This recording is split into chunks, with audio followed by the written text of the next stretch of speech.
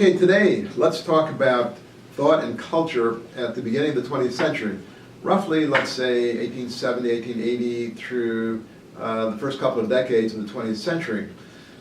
We've talked before about the Industrial Revolution, about the technological revolution, the scientific revolution, and it seemed that for some time, maybe for centuries, mankind had been fairly confident of the scientific advances occurring, much greater understanding of nature, much greater ability to produce the needs of humanity, whatever they were, much greater understanding of how nature worked, much greater perfection of different kinds of technologies, and then of course the emergence of different kinds of industrial engines, like the internal combustion engine. It seems like all should be good. Progress, inevitable, forever. But then something happened in the 19th century. There were continual wars. Science had a strange habit of producing technologies that could be very dangerous to human beings, and technologies that could be used in warfare when mankind could mass murder its hypothetical enemies. So there didn't seem to be this inevitable, interminable progress. And then along came Darwin, if you remember, and Darwin was suggesting that we're not even the result of divine creation. We're just a more or less accident of evolution. And this challenged really the whole moral structure of the universe. It challenged the idea of creation. And it challenged the idea that mankind was actually in the center of the universe, as had earlier ideas, for example, Galileo. So by the time you get to particularly the middle and toward the end of the 19th century, you begin to have, figures like Friedrich Nietzsche, the great German philosopher born in 1844, managed to keep his wits about him until about 1890, when he no longer was able to do creative work.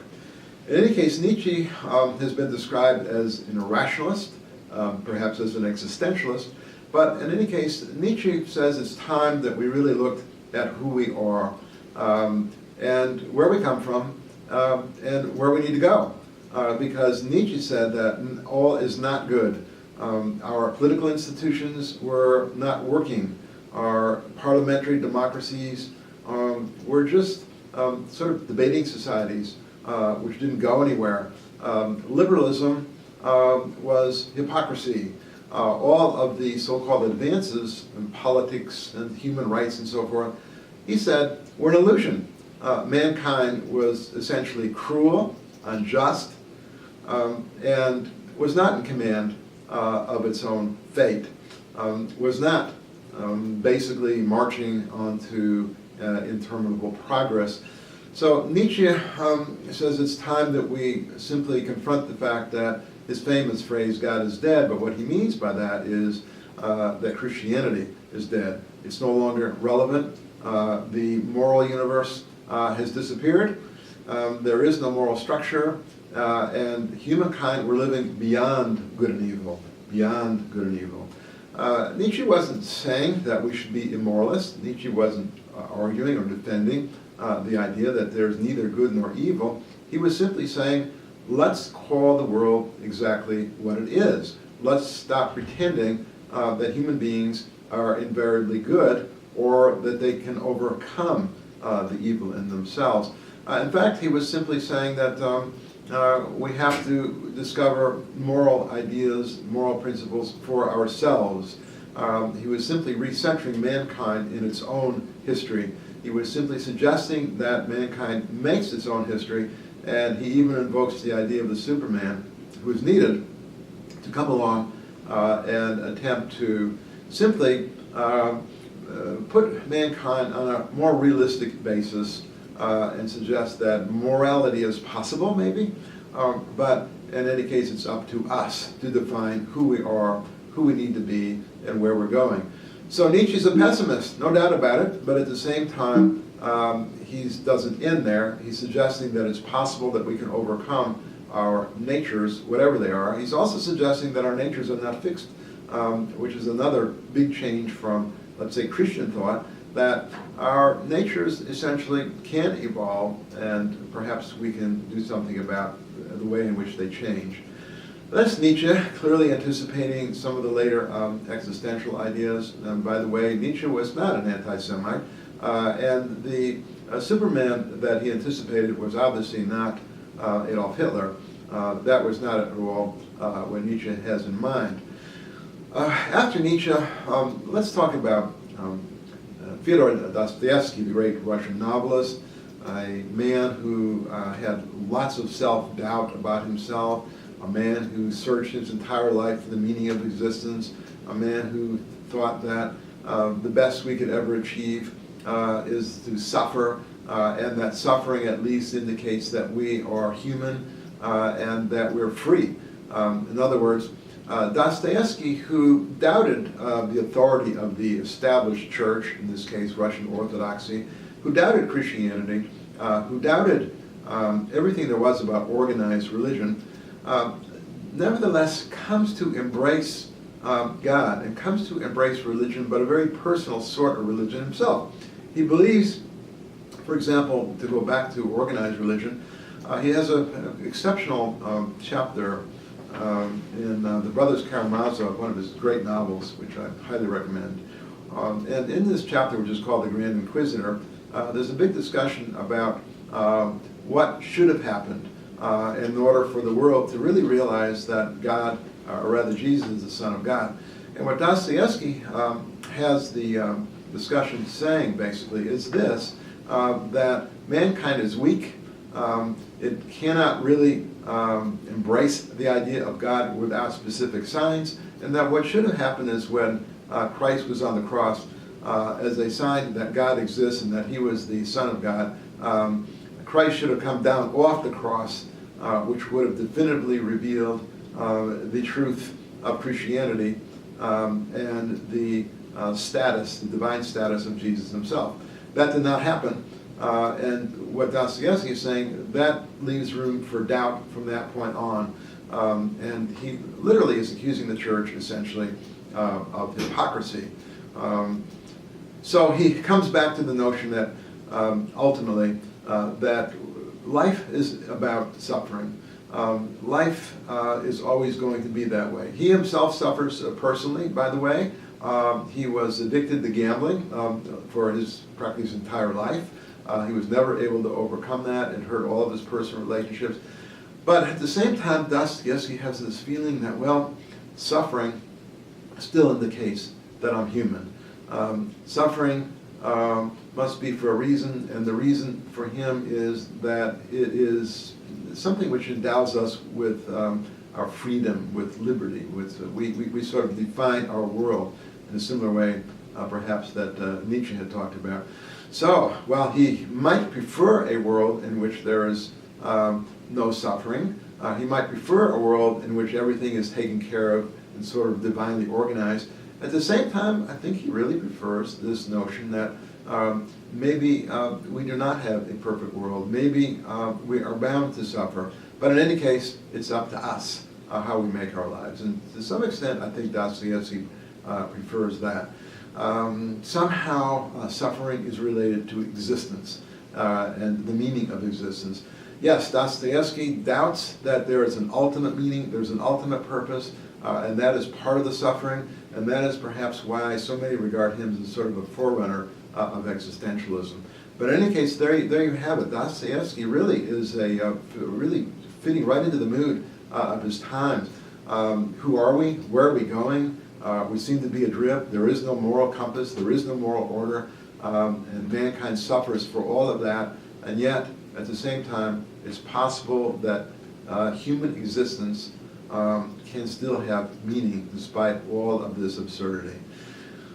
After Dostoevsky, of course, others would carry this on, but this tradition on. But notice one of the things that's going to happen also is sort of this challenge to any kind of universality. What I mean by that is that if you go back to the physics of Newton, what Newton thought he had discovered was universal physical laws, that is to say, physical laws which were universal and therefore were the same everywhere in the universe. By the time you get to around 1900, this is already the era of a young Einstein. Einstein, of course, will develop the whole notion of relativity. Einstein will develop the notion that everything in the universe is relative, including time and space. There are no universal laws, it would seem, other than the law which says there are no universal laws. So everything becomes relative. Everything becomes clearly sort of malleable.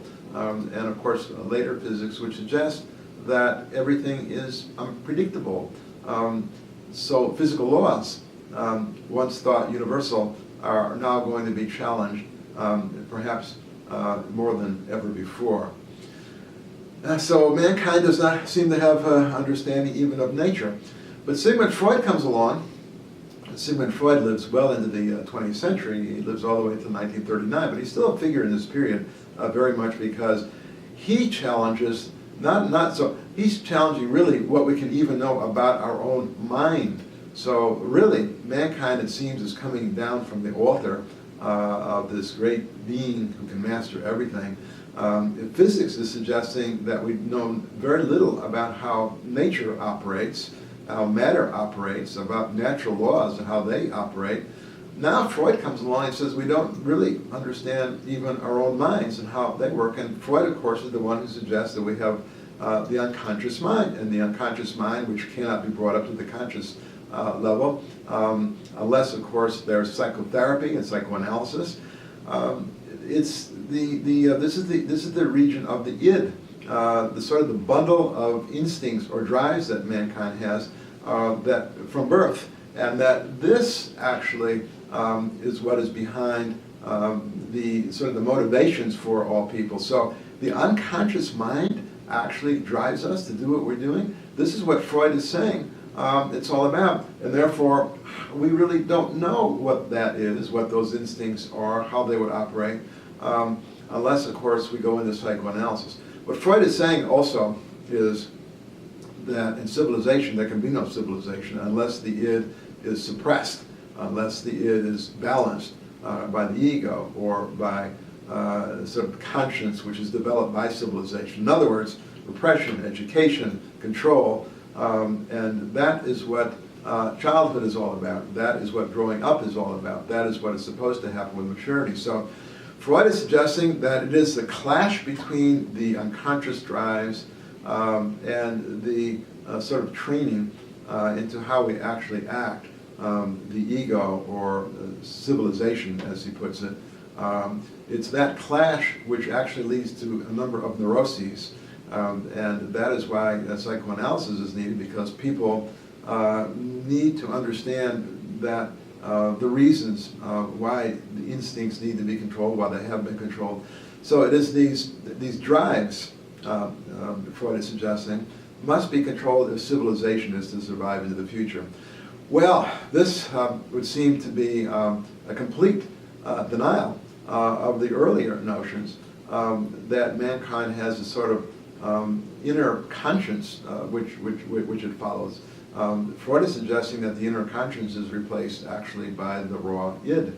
And so human nature is quite different in his view. And not only that, with Freud we get this notion that much of what we do, even the art we create, is actually the result of these instinctual drives, and the suppression is what leads many to become creative in order to bring out these drives. And he has in mind perhaps some of the art that comes out in at that point. And there were numerous people influenced by Freud. For example, the great artist, Norwegian artist Edvard Munch, famous for his painting called The Scream, which depicts the sort of the inner turmoil of somebody standing on a bridge. It's a very expressionist work, because you see the inner turmoil, this conflict going on in the face of this tormented figure. So what do we have? When we add all of this up, we have a world of ideas, a world of thinkers, very, very different, very pessimistic, very doubtful about the future of humanity, questioning even whether there can be a moral order, a moral center, questioning to some extent whether we have a future, and trying desperately to find some indication of why we're here, what purpose we have in life. It's no longer this divinely created medieval sort of moral ordo. It's now sort of a place where human beings are adrift, searching for a purpose, and trying to reconcile themselves to who they are and what they are. And with that, we'll conclude this week, and until next week.